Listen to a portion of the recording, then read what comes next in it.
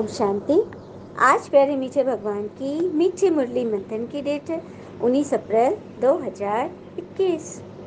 तो मीठे मीठे बाबा हमसे मीठी मीठी वाणी में आज क्या मीठे मीठे बोल कह रहे हैं। चलिए हम मीठे मीठे मन से बाबा की वाणी सुनते हैं। बाबा ने कहा, जब भी समय मिले तो एकांत में बैठ मुझे याद करो, क्योंकि याद से ही स्वर्ग की बादशाही मिलेगी। भगवान हमें बार बार क्यों कहते हैं कि जब भी समय मिले तो एकांत में बैठकर मुझे याद करो, क्योंकि एकांत में एक तो एकाग्रता होती है। एकांत में हमारा मन शांत होता है, तो जो भी चीज़ से सोचेंगे तो उसमें बढ़ोतरी होगी। कहते भी ना, इंसान के मन में दो तरह के घोड़े होते हैं, एक नेगेटिव रूप से और दूसरा पॉजिटिव रूप से। तो जिसे हम खुराक देंगे वो बढ़ेगा। इसीलिए एकांत में बैठ हम अपने पॉजिटिव वाले घोड़े को खिलाए पिलाए उसकी देखभाल करें, ताकि वो हृष्ट पुष्ट हो और हमारे लिए काम करे, अच्छा काम करे। प्रश्न: पिता मिला है तो कौन सा अलबेलापन समाप्त हो जाना चाहिए? कई बच्चे अलबेले हो कहते हैं, हम तो बाबा के हैं ही, याद की मेहनत नहीं करते, घड़ी घड़ी याद भूल जाती है। यही है अलबेलापन। बाबा कहते, बच्चे अगर याद में रहो तो अंदर स्थायी खुशी रहेगी, किसी भी प्रकार का घुटका नहीं आएगा। जैसे बांधेलिया याद में तड़पती हैं, दिन रात करती है, हाँ, ऐसे तुम्हें भी निरंतर याद करना चाहिए। बाबा कह रहे, कई बच्चे अलबेले हो जाते हैं, आज नहीं कल, कल नहीं परसों, परसों नहीं तरसों, कहते हैं ना, ऐसे बीत जाएंगे वर्षों। याद की मेहनत नहीं करेंगे तो बस आलस अलबेलापन आ जाएगा।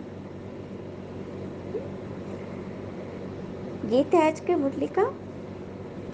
तकदीर जगा कर आई हूँ, तकदीर जगा कर आई हूँ, जगा कर आई हूँ, मैं एक नई दुनिया बसा कर आई हूँ, दुनिया बसा कर आई हूँ।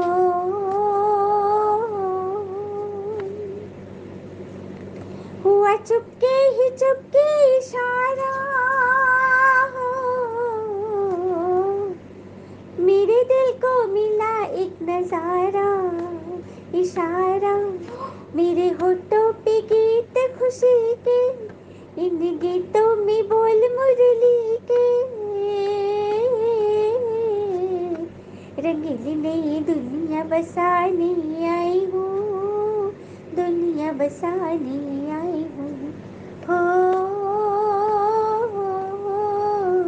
तकदीर जगा कर आई हूँ, तकदीर जगा कर आई हूँ, जगा कर आई हूँ, मैं एक नई दुनिया बसा कर आई हूँ, दुनिया बसा कर आई हूँ। हो ओम शांति। पिता ने बच्चों को समझाया है। तुम भी कहते हो ना ओम शांति, तो बाबा भी कहते हैं ओम शांति, अर्थात तुम आत्माएं शांत स्वरूप, तो तुम्हारा पिता भी शांत स्वरूप, और आत्मा का तो निज धर्म ही है शांति। इसलिए बाबा कहते हैं कि तुम शांति धाम के रहने वाले हो, क्योंकि मैं वहाँ का रहने वाला हूँ। तुम बच्चे पुनर्जन्म में आते हो, मैं नहीं आता। मैं इस रथ में प्रवेश करता हूँ, यह मेरा रथ है। ब्रह्मा भगवान में बारे में बता रहे बाबा कि मैं इसके शरीर में प्रवेश करता हूँ। गायन भी है ना कि तुम माता पिता हम बालक तेरे, तो तुम ब्राह्मण ही आकर अभी बालक बने हो। इसमें समझने की बड़ी बुद्धि, अच्छी बुद्धि चाहिए, क्योंकि तुम बच्चे ही शिव बाबा से वर्षा लेते हो। और ये ब्रह्मा भी कोई स्वर्ग का रचयिता नहीं है, न कि ज्ञान का सागर ही है। ज्ञान का सागर तो एक मैं हूँ। तुम सब नदियाँ हो, सबसे बड़ी नदी है ब्रह्मपुत्रा। सागर व ब्रह्मपुत्रा दोनों का यहाँ मिलन होता है। ब्रह्मपुत्र अर्थात ब्रह्मा बाबा, ज्ञान सागर परमात्मा हो गए, और लेखरा दादा जिनके तन में भगवान ने प्रवेश किया तो उनका नाम बाबा ने ब्रह्मा रखा। तो ब्रह्मपुत्रा हो गई बड़ी नदी, और हम सब है छोटी छोटी नदियाँ। यह सब बातें स्वयं भगवान में बैठकर समझाते हैं, जो किसी शास्त्रों में ऐसा वर्णन नहीं है। शास्त्र आदि तो है भक्ति मार्ग के डिपार्टमेंट, जो कि आधा कल्प चलती है। फिर संगम पर भगवान आकर यह ज्ञान स्नान कराए सबकी सदगति करता है। फिर आगे बाबा समझा रहे कि बरोबर तुमको अभी पता चला है कि तुम सत्युग त्रेता में पूज्य देवी देवता थे, पर अभी तो पुजारी मनुष्य बन गए हो ना।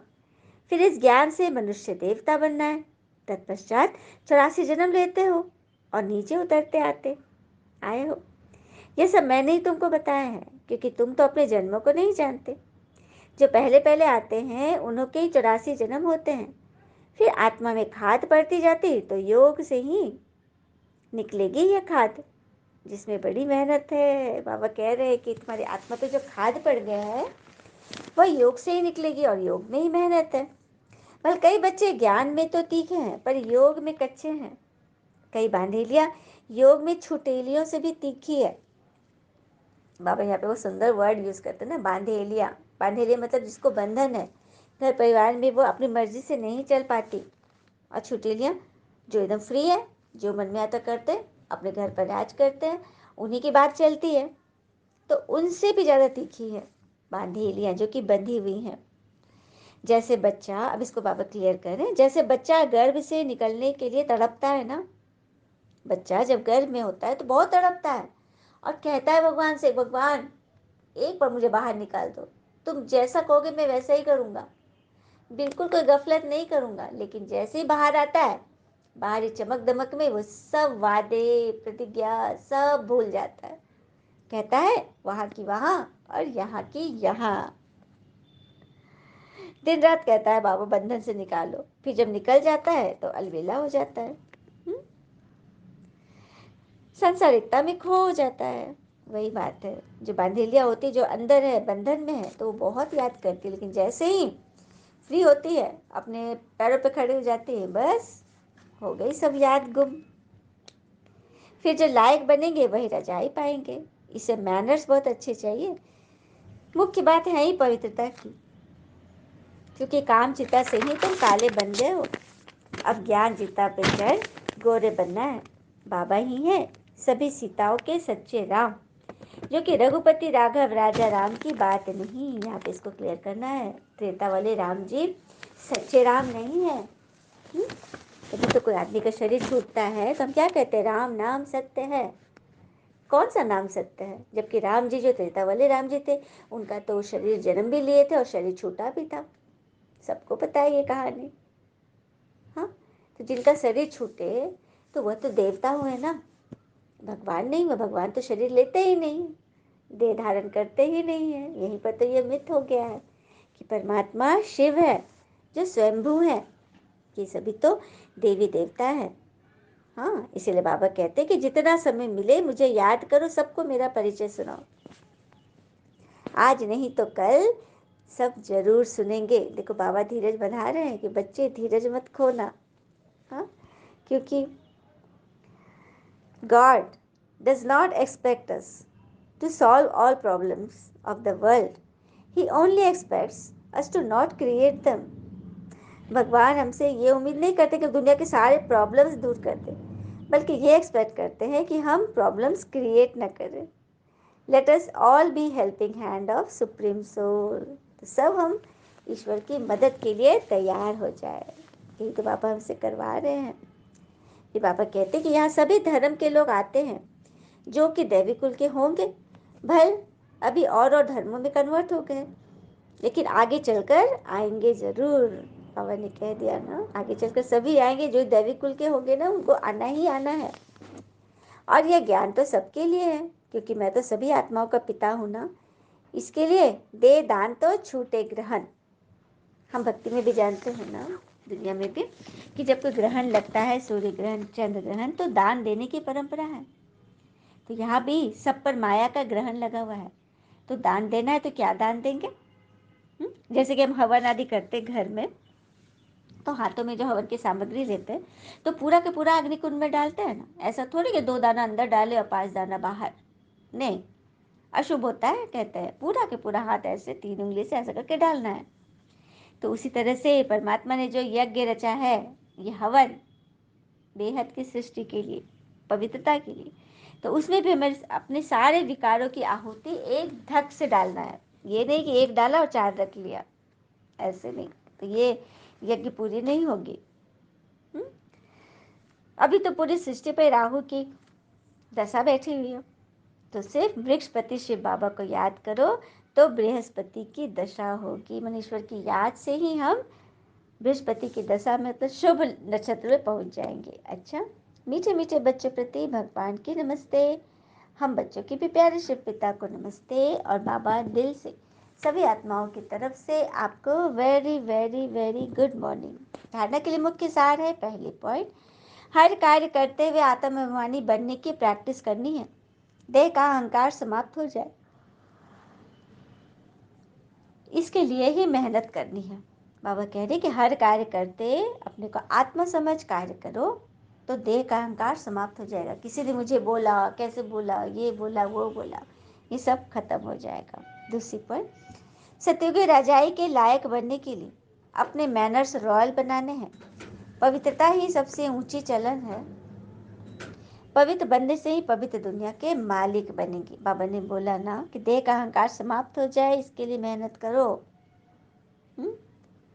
और रजाई चाहिए तो लायक बनना पड़ेगा, लायक बनना पड़ेगा। नहीं तो हम यही सोचते रहेंगे कि हम तो इतना किया, कोई तो हमें समझता ही नहीं, क्योंकि ईश्वर जब तक नहीं समझे कि लायक बने हैं तब तक कुछ नहीं होगा। एक बार की बात है, एक व्यक्ति को इसी तरह से कहीं से भी स्वीकार्यता नहीं मिल रही थी। यहाँ तक घर परिवार कहीं भी लोग उसे बुरा भला कहते थे, उसके काम की सराहना नहीं करते थे और ही निंदा शिकायत करते थे, तो बड़ा दुखी था। अचानक एक महात्मा के पास पहुंचा और अपनी सारी व्यथा सुनाई। महात्मा जी ने एक कागज में कुछ लिख कर दिया और बोला कि इसको मन में जाप करते रहो, चलाते रहो। चलिए हम सभी बाबा से वरदान लेते हैं। भोलेपन के साथ ऑल माइटी अथॉरिटी बन, माया का सामना करने वाले शक्ति स्वरूप बनो। भोलेपन के साथ ऑल माइटी अथॉरिटी बन, माया का सामना करने वाले शक्ति स्वरूप बनो। कैसे बनेंगे? कभी कभी भोलापन बहुत भारी नुकसान कर देता है। सरलता भोला रूप धारण कर लेती है, लेकिन ऐसा भोला नहीं बनो जो सामना नहीं कर सको। सरलता के साथ सामान्य और सहन करने की शक्ति चाहिए। जैसे बाबा भोलेनाथ के साथ ऑल माइटी अथॉरिटी भी है ना, ऐसे आप भी भोलेपन के साथ साथ शक्ति स्वरूप भी बनो तो माया का गोला नहीं लगेगा। माया सामना करने के बजाय नमस्कार कर लेगी। बाबा बोल दिया ना कि ऐसा भोला न बनो कि तुम्हारा यूज किया जाए, सामना नहीं कर सको। सरलता धारण करनी है, लेकिन इसके साथ साथ सहन करने की शक्ति भी चाहिए, है ना। शक्ति स्वरूप भी बनो तो माया का गोला नहीं लगेगा, मतलब माया आपको हैरान परेशान नहीं करेगी। स्लोगन, अपने दिल में याद का झंडा लहराओ तो प्रत्यक्षता का झंडा लहरा जाएगा। हाँ, तो फिर वो आदमी, उसको कहीं से भी कुछ स्वीकार्यता नहीं हो रही, तो बड़ा परेशान रहता था। तो महात्मा जी के पास गया, तो महात्मा जी ने कहा कि अच्छा ये बात है, ठीक है, ये लो। उसने उनको एक अंगूठी दे दी और बोली कि जाओ, इसको मार्केट में जाओ और जितने भी दुकानदार मिलेंगे, जितने भी तरह के, उन सब से इसका मोल लगा के आना। तो बोला ठीक है। तो सबसे पहले एक सब्जी वाले के पास गया। सब्जी वाले ने उसको टटोला, देखा उसके मोती को, फिर उसने बोला कि कोई साधारण पत्थर लगता है, लेकिन मैं इसकी कीमत 1 किलो भिंडी देता हूँ, लाओ मुझे अंगूठी दो। तो पता नहीं, नहीं अंगूठी देना नहीं, मैं तो बस इसकी कीमत पूछ रहा था। फिर वो आगे गया तो कपड़े के दुकान वाले के पास गया, क्योंकि साधु जी ने बोला था कि सब दुकानदार के पास जाना। कपड़े की दुकान के पास गया तो उसने भी उलट पलट किया, उसको भी समझ में नहीं आया। फिर भी बोला कि जरूर कोई कीमती पत्थर होगा, तो मैं इसके लिए तुम्हें 1 थान कपड़ा दे रहा हूँ। तो बोला अच्छा। फिर उसको झोले में 1 थान कपड़ा दे दिया, ये चलता बना। फिर आगे गया तो सोनार के पास गया। सोनार ने उसको देखा तो उसको लग गया कीमती पत्थर है, लेकिन जानते बूझते भी वह मतलब खराब सामान रख रहा था। और उसके दाम बोला कि उसको पता था कि ये अच्छा पत्थर है, तो उसने बोला कि मैं इसके तुम्हें 1,000 रुपया दूंगा, लाओ ये दे दो मुझे। तो नहीं नहीं, मुझे देना नहीं है, मैं तो इसका सिर्फ मूल्य पता कर रहा हूँ। फिर आगे गया तो एक जौहरी के पास गया। जौहरी ने उसे अच्छी रीति पहचान गया कि बहुत बेशकीमती हीरा है। उसने कहा कि हीरा मुझे दे दो, मैं तुम्हें 10 लाख रुपए देता हूँ। तो इसकी आँख तो चमक क्या गई, उसको लगा कि यही पर पैसे लेकर के मैं चला जाता हूँ, लेकिन फिर से सोचा कि नहीं, महात्मा जी को मैंने जवाब दिया था तो उनके पास जाना ज़रूरी है। तो फिर वहाँ गया, महात्मा जी ने पूछा कि बताओ कहाँ कहाँ गए थे। तो सब जगह बताया, सब्जी वाले ने भिंडी दिया, तो ये कपड़े वाले ने कपड़े दिया, सोनार ने 1,000 रुपया दिया, और जौहरी ने बोला कि 10 लाख रुपया दूंगा, ये अनमोल है। तो उस महात्मा जी ने बोला कि देखा, अब समझ में आ गई। तुम्हें लगता था कि मैं सबके लिए करता हूँ, कि कोई मुझे मोल नहीं समझता, मेरा मूल्य नहीं, मेरी वैल्यू नहीं देता, क्योंकि उनको पता ही नहीं है। तुम अनमोल हो, तुम्हें परखने के लिए कोई सच्चा व्यक्ति चाहिए। और जब भगवान ने तुम्हें परख लिया तो फिर औरों से तुम्हें क्या चाहिए। खुश रहो, मन में आए काम करो, नहीं तो मस्त रहो। कितनी अच्छी रीति बात बताया ना। तो फिर हमें अपने दिल में परमात्मा की याद का झंडा लहराना है और इस बात से एकदम ऊपर उठ जाना है कि कोई हमें वैल्यू दे न दे, हमें किसी से भी कोई एक्सपेक्टेशन नहीं। जब परमात्मा ने कहा कि मुझे सिर्फ तुमसे ये एक्सपेक्टेशन है कि तुम प्रॉब्लम क्रिएट मत करो, और क्रिएट होता है हमारे विचारों से। अपने विचार को सदा शुद्ध रखो तो प्रत्यक्षता का झंडा लहरा जाएगा। अच्छा, ओम शांति। शुक्रिया मीठे बाबा, वो बाबा के प्यारे प्यारे बच्चे। थैंक यू बाबा। All is well always. ओम शांति।